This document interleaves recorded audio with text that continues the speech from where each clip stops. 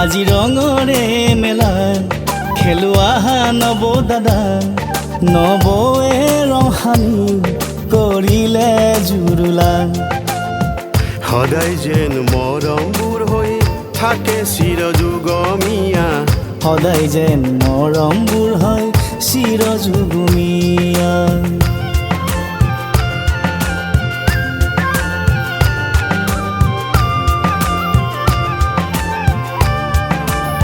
প্ৰবৃত্ত হৃদয়েৰে ৰঘুৱে কাম কৰিছে আৰু ঈশ্বৰ তাৰ সহায় হ'ব আৰু ছবিৰ নামী ঈশ্বৰ ঈশ্বৰে আমাক অসমৰ প্ৰত্যেকজন শিল্পীকলাক গুণিত আশীৰ্বাদ দিব ঈশ্বৰৰ নাম ঈশ্বৰ ছবিখনে অসমৰ প্ৰত্যেকজন শ্ৰোতাদৰ্শকৰ মনকোঠাত সোমাব ই নিশ্চিতভাৱে ক'ব পাৰোঁ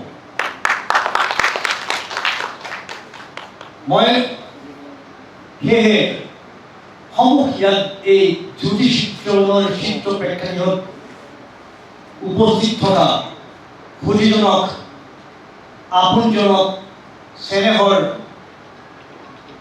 ব্যক্তিজনক দীপাৱলীৰ শুভেচ্ছা জনাইছোঁ সপোন যাতে বাস্তৱত কৰা ৰঘুনৰ পৰিকল্পনা যাতে সুন্দৰ হওক সুন্দৰ সৃষ্টি হওক অসমৰ ৰাইজে ঈশ্বৰক অন্তঃকৰণে সাৱটি লওক তাকেই কামনা কৰোঁ ধন্যবাদ পুনৰ আপোনালোকৰ দীপাৱলীৰ শুভেচ্ছা জনাই মোৰ চমু বক্তব্য সামৰণি মাৰিম ধন্যবাদ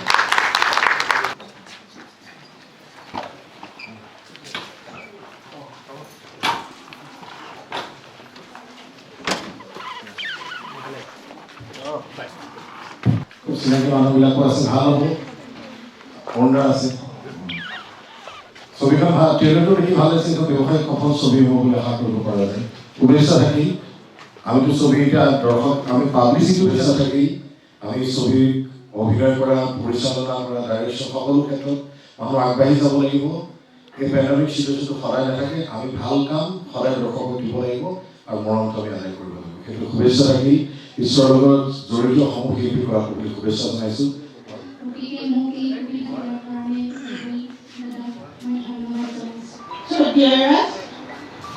মই আজি ইয়ালৈ আহিব পাৰিছোঁ একমাত্ৰ ৰুবুল দাসৰ কাৰণে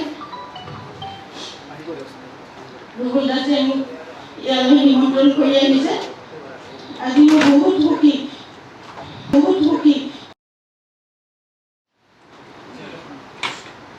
ময়ো কৰিছিলোঁ বহুত অভিনয় কৰিছিলোঁ কিন্তু মোৰ মানে সম্পূৰ্ণ নহ'ল আৰু কৰিব নোৱাৰিলোঁ দুৰ্ভাগ্য মই আৰু আজি একো নকওঁ পিছলৈ মই বহুতখিনি কথাই কম ইয়াত এইখিনিয়ে মই কৈ থ'লোঁ তেখেতৰ মোক সদায় আশীৰ্বাদ লাগে আৰু তেখেতৰ যিটো ভাৱনা মোক প্ৰকাশ কৰিছে চকু পানীৰে মই আবেলি হৈ গৈছিলোঁ আজি সঁচা কথা আৰু সেই চকু পানী মই মাটি পেলাব দিয়া নাছিলোঁ মই হাতত লৈ মই মনত শক্তি লৈছোঁ যে যদি মই পাৰোঁ চেষ্টা কৰিম আজি নহওক ট্ৰেইলাৰ ৰিলিজ হ'ব সেয়েহে মই তেখেতক যি কথা দিছোঁ ছোৱালীজনী মই যিখিনি পাৰোঁ বিশ্বাস আছে আপুনি সফল হ'বই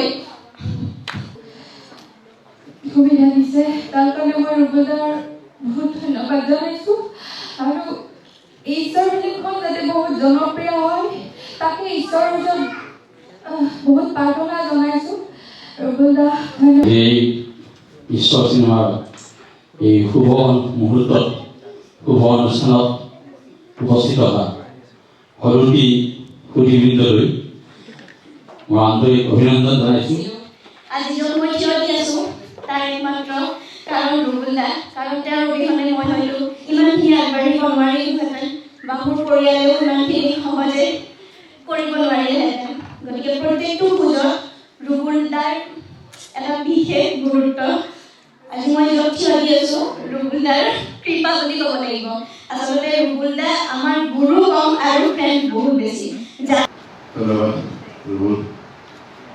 ৰুবুলক মই যদিও ডিৰেক্টৰ বুলি হ'লেই মাতোঁ মোৰ ভাইটি দিছিলোঁ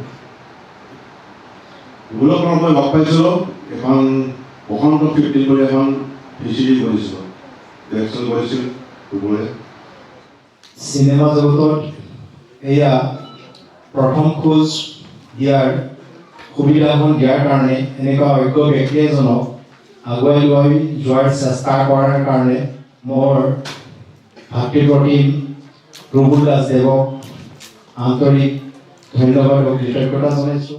কষ্ট কৰি কৰি আজি এই মানে এই টাইমটো পাইছোঁ, তাৰ বাবে আমি বহুত সুখী। আৰু আচলতে মই অকণমান নাৰ্ভাছ ফিল কৰিছোঁ, কাৰণ আজি মোৰ প্ৰথম এনেকৈ মই মাইক্ৰফোনৰ আগত কথা কৈছোঁ, আগতে কৈ পোৱা নাছিলোঁ। প্ৰথম গান গোৱা গৈছিলোঁ, তাৰপাছত মই যে অভিনয় নকৰোঁতে মোৰ মামৰ ধৰি গৈছে। তাৰপাছত ৰুবলে কৈছে কি নাই সৰু এটা ৰোল কৰিব লাগে, দেউতাক নহ'বলৈ বা ঈশ্বৰৰ প্ৰতিষ্ঠা হ'ব লাগে। তাৰপাছত মই মেকআপ টেকআপ কৰোঁতে মই গম পাইছোঁ কিবা এটা দুৰ্ঘটনা ঘটিব আজি। তাৰপাছত মই যেতিয়া স্পটত গ'লোঁ, মোক তো দিলে পেটত পেলাই, পেটত মই খুব ভাল পাওঁ।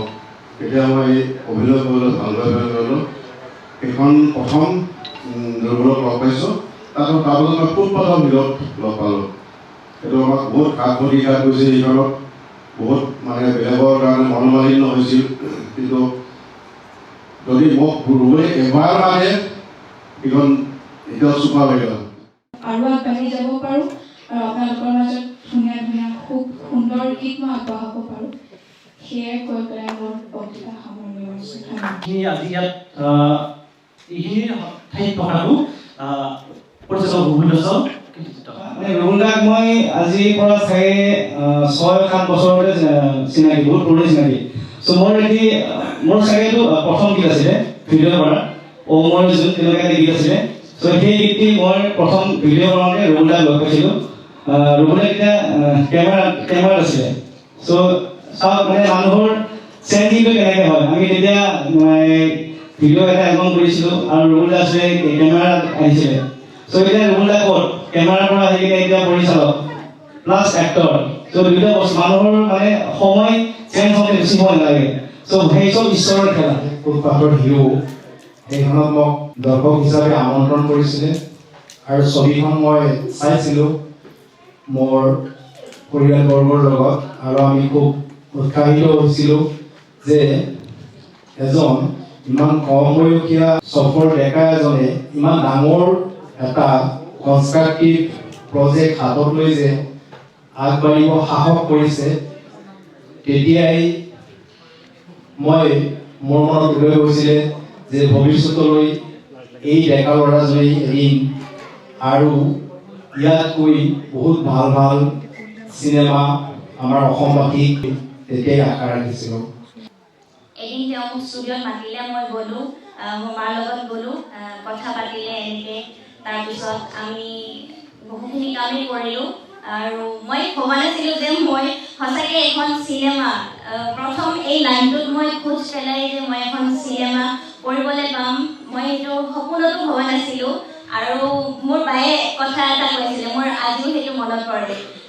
अच्छा अच्छा तो चेहरा है तेरा, क्यों ऐसे फाइट साइड खेल के अपना खोबरा बिगाड़ रहा है।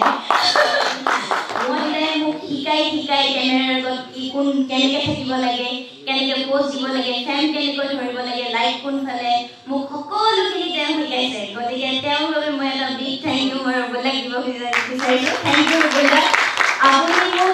আপুনি মোৰ ভিতৰত থকা যিটো টেলেণ্ট আপুনি সেইটো মানুহক দেখাবৰ কাৰণে চেষ্টা কৰিছে। মই আশা কৰোঁ আপুনি যাতে বহুত ওপৰলৈ যায়, আপোনাৰ সকলো কাম যাতে ভালদৰে হৈ যায়, আৰু আশা কৰিলোঁ আপোনালোকে সকলোৱে আমাক আশীৰ্বাদ কৰিব যাতে আমি বহুত আগলৈ যাব পাৰোঁ। প্ৰথমতে ধন্যবাদ দিছোঁ এই ছবিখনলৈ টানি অনাৰ কাৰণে ৰুবুলক।